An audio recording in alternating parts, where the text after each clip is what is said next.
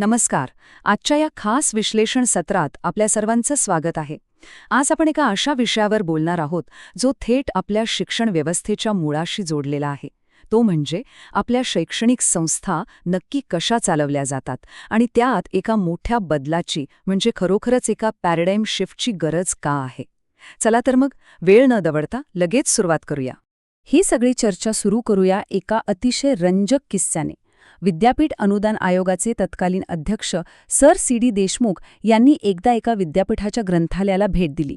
आता वरिष्ठ अधिकाऱ्यांची तपासणी होणार म्हटल्यावर तिथे काय उडाली असेल याची तुम्ही कल्पना करू शकता. ग्रंथपालांनी चक्क रातोरात विद्यार्थ्यांकडून सगळी पुस्तकं परत मागून घेतली. कशासाठी?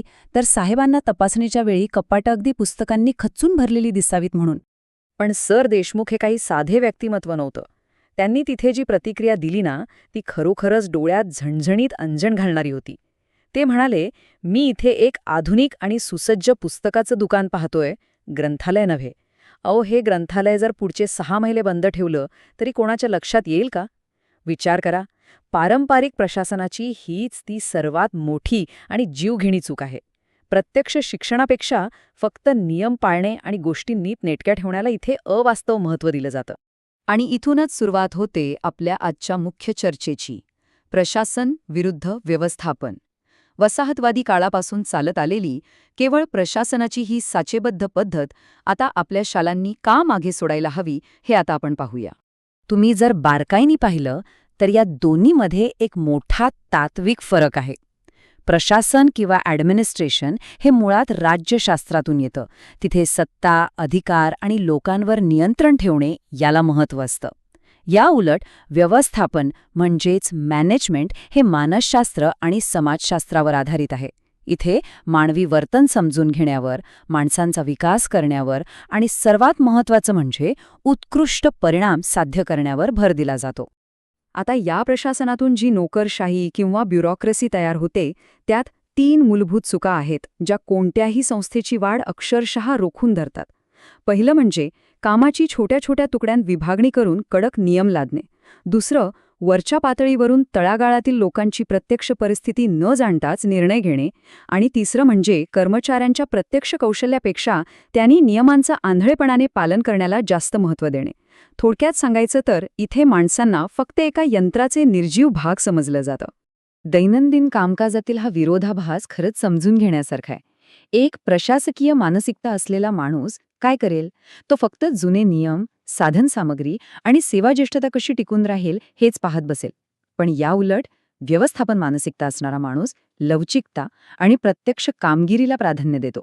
म्हणजे बघा, एक चांगला व्यवस्थापक एखादं ध्येय साध्य करण्यासाठी प्रसंगी नियम थोडे लवचिक बनवेल, पण एक प्रशासक तो मूळ ध्येय बाजूला ठेवून फक्त नियम जपत बसेल.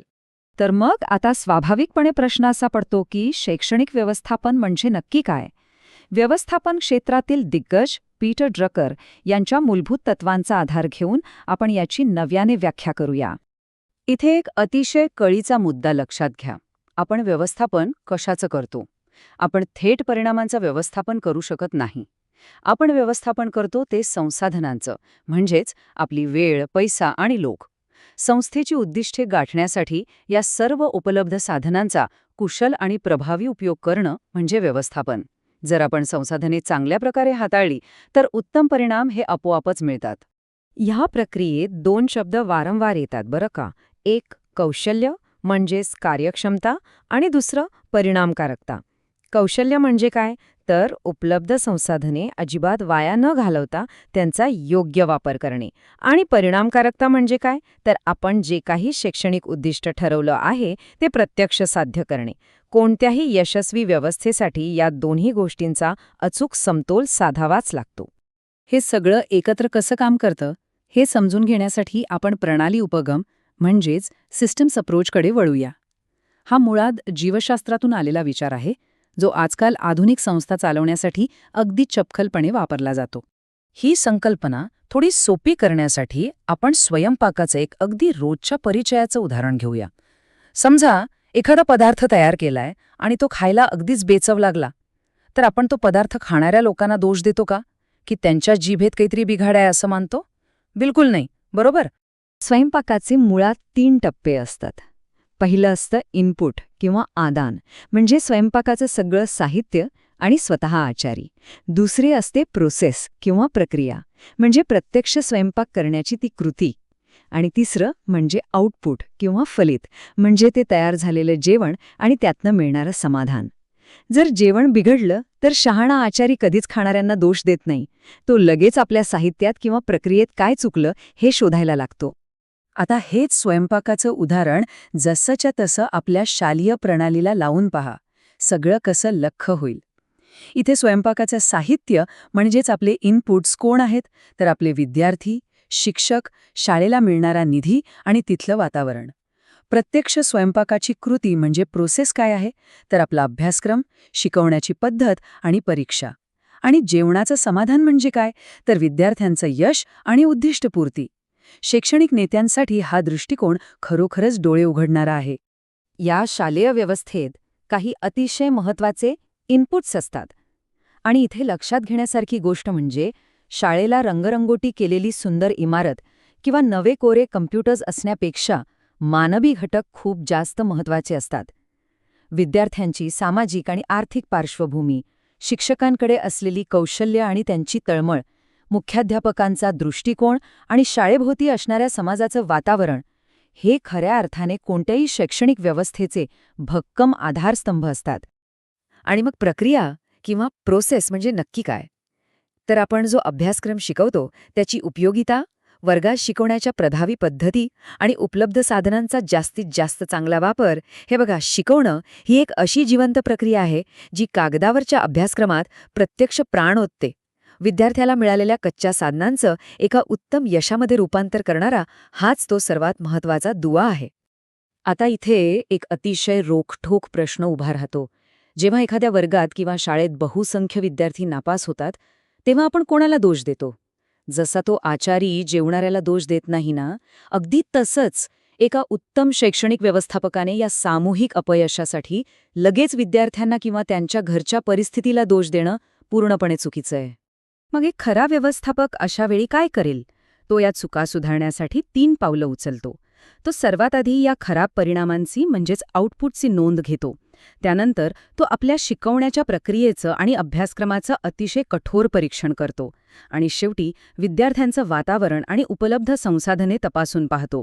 दुसऱ्यांकडे बोट दाखवण्यापेक्षा स्वतःच्या व्यवस्थेचं असं कठोर परीक्षण करणं हेच खऱ्या परिणामकारकतेचं आणि प्रगतीचं रहस्य आहे.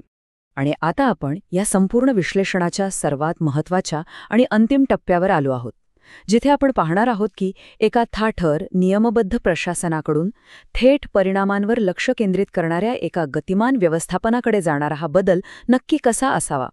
इथे एका अतिशय महत्त्वाच्या आणि सुवर्ण नियमाची नोंद घ्यायलाच हवी.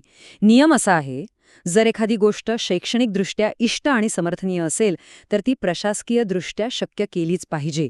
अगदी सोप्या भाषेत सांगायचं तर प्रशासन हे नेहमी शिक्षणाच्या मूळ ध्येयाला मदत करणारं असावं, त्यात कधीही अडथळे निर्माण करणारं नसावं. हा एकच विचार कोणत्याही शैक्षणिक संस्थेची संपूर्ण दिशा बदलून टाकण्याची ताकद ठेवतो.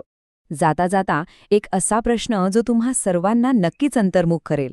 आज तुम्ही स्वतःला विचारा, आपली संस्था केवळ जुन्या नियमांच्या आधारे प्रशासित केली जात आहे की तिचे खऱ्या अर्थाने आजच्या काळाला साजेसे उद्दिष्टांवर आधारित व्यवस्थापन होत आहे?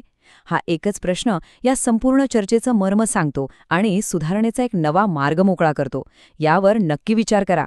अशाच एका नव्या आणि रंजक विश्लेषणासह आपण पुन्हा भेटूया. तोपर्यंत धन्यवाद.